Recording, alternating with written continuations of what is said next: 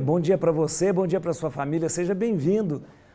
Nós estamos começando agora a Palavra do Cardeal. A Palavra do Cardeal é o nosso encontro com Dom Odilo, encontro da sua família, com Dom Odilo Scherer, arcebispo de São Paulo, Cardeal Dom Odilo. Bom dia, Dom Odilo. Bom dia, Padre Juarez. Bom domingo. Bom domingo para você. E bom encontro com o nosso povo que assiste mesmo. o nosso programa aqui na Rede Vida todos os domingos. Bom domingo para vocês também, um bom programa. Dom Odilo, hoje nós estamos vivendo o terceiro domingo do tempo comum. Estamos vivendo o tempo comum, comecinho do ano, e o evangelho de hoje é Mateus capítulo 4, versículo 12 a 23. Convertei-vos, porque o reino de Deus está próximo. Eles imediatamente deixaram a barca e o pai e o seguiram. O chamado dos primeiros discípulos, dos primeiros apóstolos.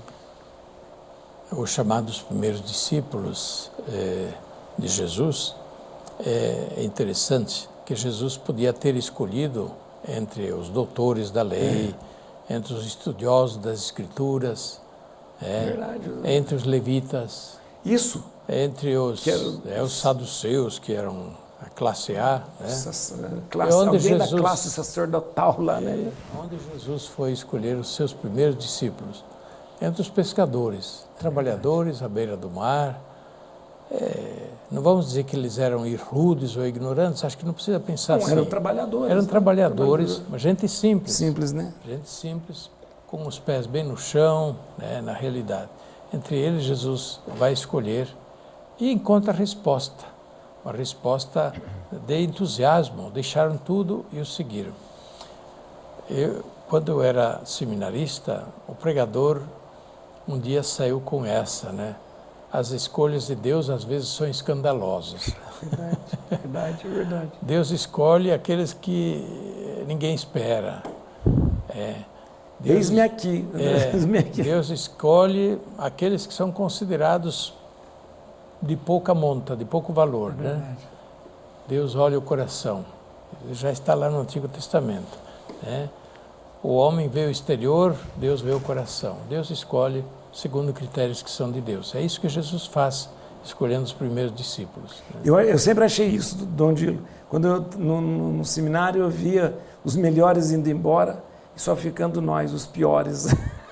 Não precisa dizer que ficaram os piores, mas em todo caso, tinha gente muito boa. Deus gosta de trabalhar, acho que. Tinha gente muito boa que depois não foi para frente, né? Verdade. Nós fomos para frente e aqui estamos. É verdade. Quer dizer, não é mérito nosso, é escolha de Deus. É verdade. É interessante também, porque duas coisas que eu queria falar. Primeiro, a questão do reino de Deus, a chamada convertei-vos porque o reino de Deus está próximo. O reino de Deus é sempre uma questão teológica muito que volta à tona toda.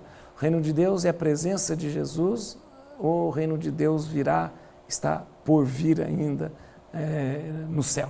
Sim, o reino de Deus é uma categoria teológica, né?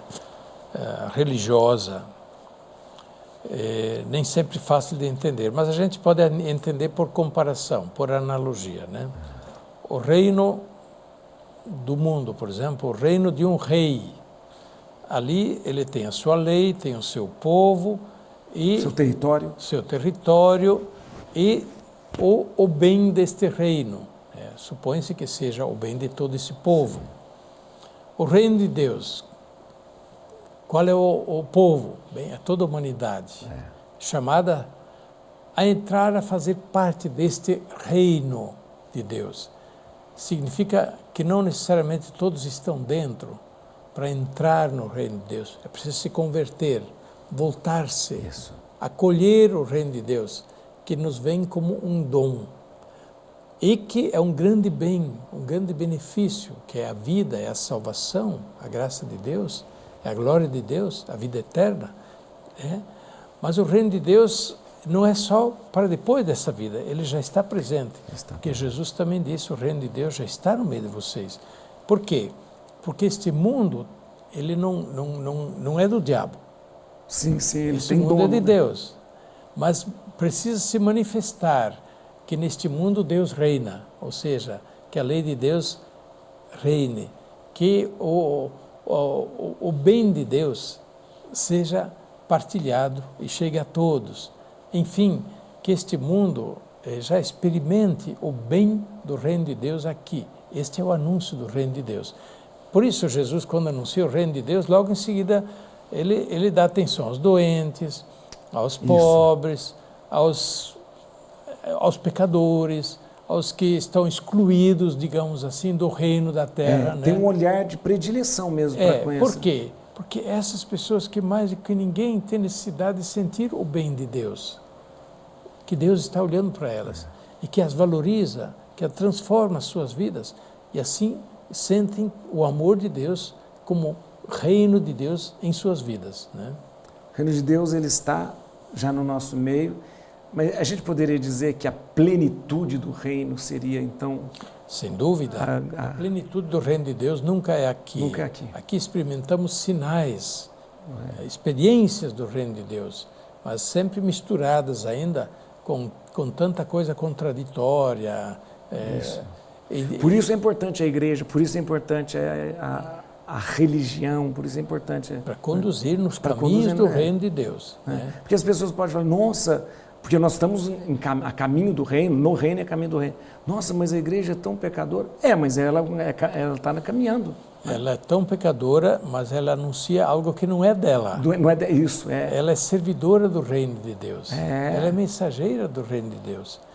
E Jesus sabia que nós éramos pecadores e a humanidade é pecadora mesmo assim, escolheu os seus colaboradores para anunciarem o reino de Deus.